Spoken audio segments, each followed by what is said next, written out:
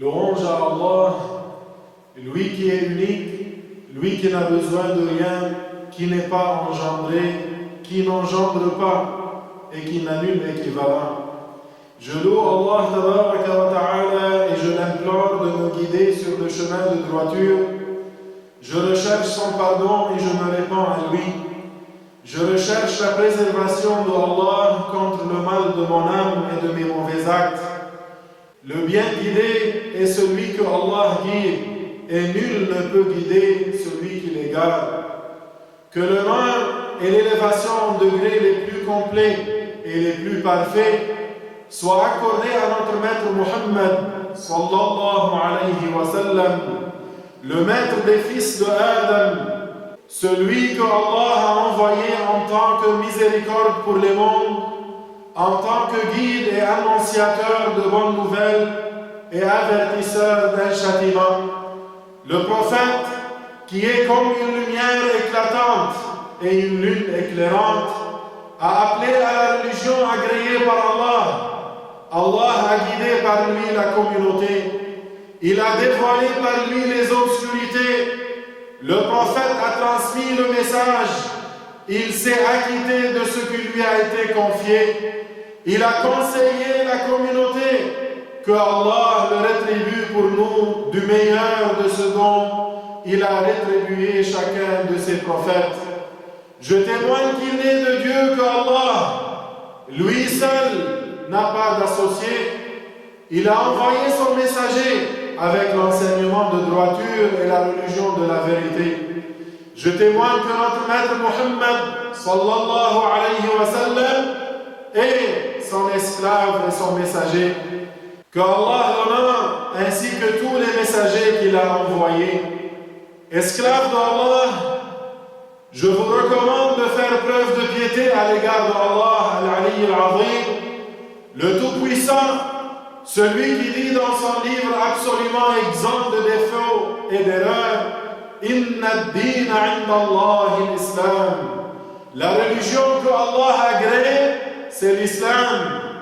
Et voici pour vous brièvement et simplement la croyance fondamentale des musulmans, utile autant aux débutants, à ceux qui veulent réviser, aux étudiants, comme à ceux qui font des recherches par le fait qu'ils s'intéressent à l'islam.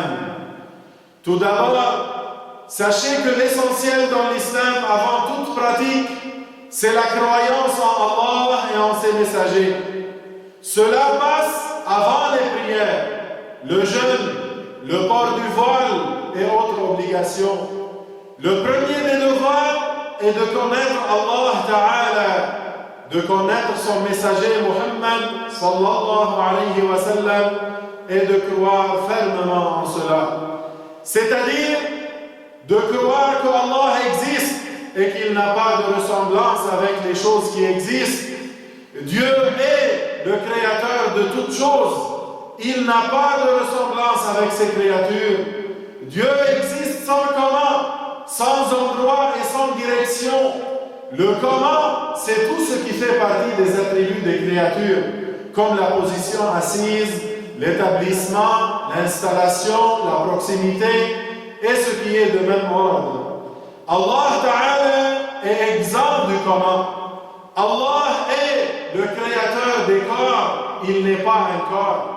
Dieu est le créateur des hommes, il n'est pas un homme. Dieu est le créateur des anges, il n'est pas un ange. Dieu est le créateur de la lumière et de l'obscurité, il n'est pas une lumière ni une obscurité. Dieu est le créateur des âmes, il n'a pas une âme. Dieu est le créateur du temps, il est indépendant du temps, il ne change pas. Dieu est le créateur de tous les endroits. Dieu est le créateur des cieux et de la terre. Dieu n'a pas besoin de ses créatures. Dieu existe sans endroit, subhanahu wa ta'ala. Dieu est le créateur des directions. Il est le créateur du haut, du bas, de la droite, de la gauche, de devant et du derrière. Dieu n'a pas besoin de ses créatures. Dieu existe sans direction et sans endroit. On ne demande pas où est Une fois, le prophète sallallahu alayhi wa sallam a interrogé une femme esclave, une jariya, sur la glorification qu'elle accorde dans son cœur à Allah Ta'ala. Les sectes égarés, comme les Wahhabiyya, ont donné une mauvaise interprétation de ce hadith. Ils ont dit que le prophète a interrogé cette femme sur l'endroit, et ceci est impossible concernant Allah Ta'ala. Il n'est pas permis de croire que le messager a interrogé cette femme au sujet de l'endroit. Il n'est pas permis non plus de croire que cette femme esclave a voulu dire que Dieu habite le ciel. Le très savant An-Nawawi a dit dans son commentaire du hadith, la parole Ayn Allah est une interrogation au sujet du degré Al-Makana et non au sujet de l'endroit Al-Makan. Elle signifie quelle glorification accordes-tu dans ton cœur à Allah? Et lorsqu'elle a répondu Fis sama, cela veut dire que Allah est plus puissant et c'est plus que tout autre. Donc, il n'est pas permis de croire que le messager a interrogé cette femme esclave au sujet de l'endroit. Il n'est pas permis non plus de croire que cette femme esclave a voulu dire que Dieu habite le ciel. Alors, la parole du prophète sallallahu alayhi wa sallam, Ayn Allah, était une interrogation au sujet du degré et non au sujet de l'endroit. Et quand la femme esclave a dit Fis sama, cela voulait dire Allah tabaraka wa ta'ala est le plus haut par le degré et le grade. Allah ta'ala dit dans le Coran, dans Surat Al-Shura, ayah numéro 11, ce qui signifie rien n'est tel que lui. Cette ayah est la plus explicite des ayahs du livre d'Allah au sujet de la totale exemption de Allah de toute ressemblance avec les créatures. Le sens de ce verset est extrêmement large. On en tire qu'Allah est exempt d'avoir une taille, d'être localisé dans une des directions ou dans toutes les directions. Dieu est exempt des attributs des corps, tels que le mouvement, l'immobilité, le changement, l'évolution d'un état à un autre, ou ce qui est de tel ordre. Ainsi, Allah est exempt d'être au-dessus du trône ou en dessous, ou bien à droite ou à gauche. Le trône est un lit pourvu de piliers, il est la plus immense des créatures de par la taille. Il constitue le toit du paradis. Le paradis est au-dessus des 7 cieux. Les 7 cieux par rapport au trône sont plus petits qu'un anneau dans une terre déserte. Et cela montre l'immensité de l'étendue du trône qui est porté actuellement par 4 anges gigantesques dont la distance entre le lobe de l'oreille et l'épaule de chacun nécessiterait à un oiseau rapide 700 ans de vol. Et au jour du jugement dernier, le trône sera porté par 8 anges.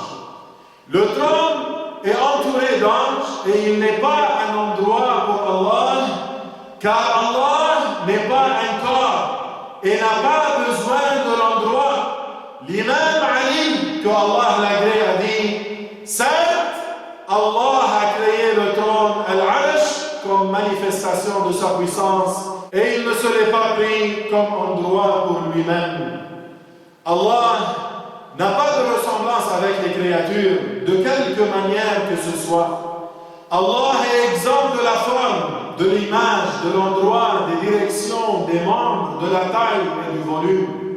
Quoi que tu imagines en ton esprit, Dieu en est différent. Dieu, rien n'est tel que lui, subhanahu wa ta'ala. Le prophète Mohammed alayhi salatu wa salam a dit ce qui signifie la foi est que tu crois en Allah, en ses anges, en ses livres, en ses messagers et en le jour dernier et que tu crois à la destinée, qu'elle soit du bien ou du mal. Il est donc obligatoire de croire en tous les prophètes d'Allah, depuis Adam, le premier prophète, jusqu'à Mohammed, qui est le sceau des messagers, c'est-à-dire le dernier d'entre eux. Sachez aussi que tous les prophètes sont musulmans. Adam, Sulaiman, Nuh, Noé, Ibrahim, Abraham, Moussa, Moïse, Isa, Jésus et Mohammed sont musulmans. Ils ont tous appelé les gens à entrer dans la religion de l'islam. Ils ont tous dit cette même parole à leur communauté: n'adorez qu'Allah l'unique et ne lui associez rien. Allah a envoyé les prophètes pour qu'ils transmettent aux gens ce qui est de leur intérêt pour leur religion et pour leur vie ici-bas. Pour cela, Dieu les a dotés d'attributs louables et de bons caractères dans la véracité, l'honnêteté, l'extrême intelligence, le courage et la chasteté. Du fait que les prophètes sont des modèles pour les gens, Allah les a préservés des attributs blâmables, de sorte que leur sont impossibles le mensonge, la vulgarité, la légèreté morale et l'idiotie. De même, ils sont préservés de la mécréance, des grands péchés et des petits péchés comportant une bassesse, aussi bien avant l'avènement de leur mission de prophète qu'après.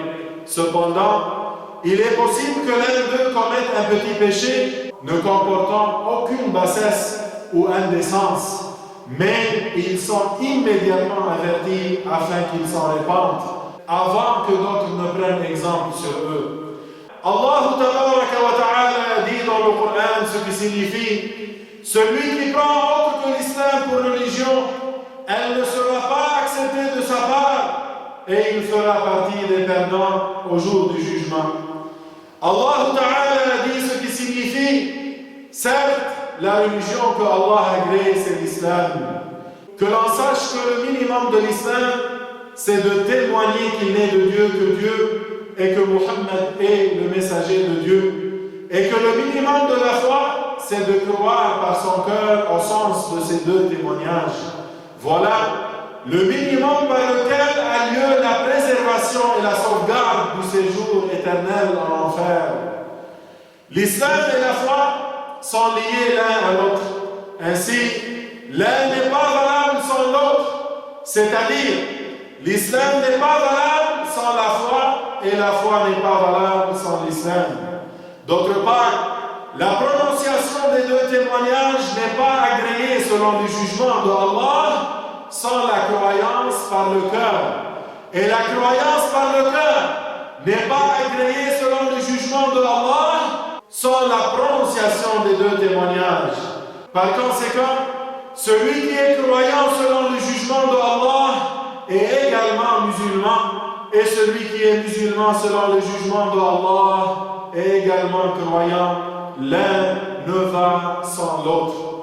Pour entrer en islam, la personne doit donc prononcer les deux témoignages et y croire. Les deux témoignages sont: je témoigne qu'il n'est de Dieu qu'Allah, et je témoigne que Muhammad est le messager d'Allah. Ou alors, pour ceux qui n'arrivent pas à prononcer le ha dans le mot Allah et le ha dans le mot Muhammad, il est possible de dire: je témoigne qu'il n'est de Dieu que Dieu, et je témoigne que Abul Qasim est le messager de Dieu. Abul Qasim étant un surnom du prophète Muhammad sallallahu alayhi wa sallam. Notez bien que le témoignage pour l'entrée en islam ne doit pas nécessairement être fait dans une place publique ou devant des témoins. Il est aussi possible de le faire dans une langue autre que l'arabe. La religion de l'islam est la religion de vérité, celle que la raison saine appuie, celle qui convient à toutes les époques et qui est la religion de tous les prophètes, depuis Adam le premier d'entre eux jusqu'à Muhammad sallallahu alayhi wa sallam. Voilà la raison qui fait que l'islam est la religion la plus rapidement répandue de nos jours et celle à laquelle celui qui l'embrasse y tient jusqu'à la fin de ses jours. Wallahu Akbar. Enfin, je rends grâce à Allah Tabaraka wa Ta'ala de nous avoir fait musulmans. Que Dieu vous protège et vous guide ainsi que nous-mêmes. Wa'lamu أن الله تعالى أمركم بأمر عظيم، أمركم بالصلاة والسلام على نبيه الكريم، فقال وهو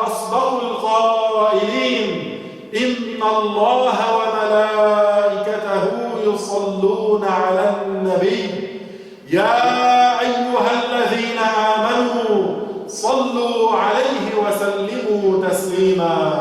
لبيك اللهم صل وسلم وأنعم وأكرم على سيدنا وحبيبنا محمد وعلى آله وصحبه وسلم تسليما كثيرا.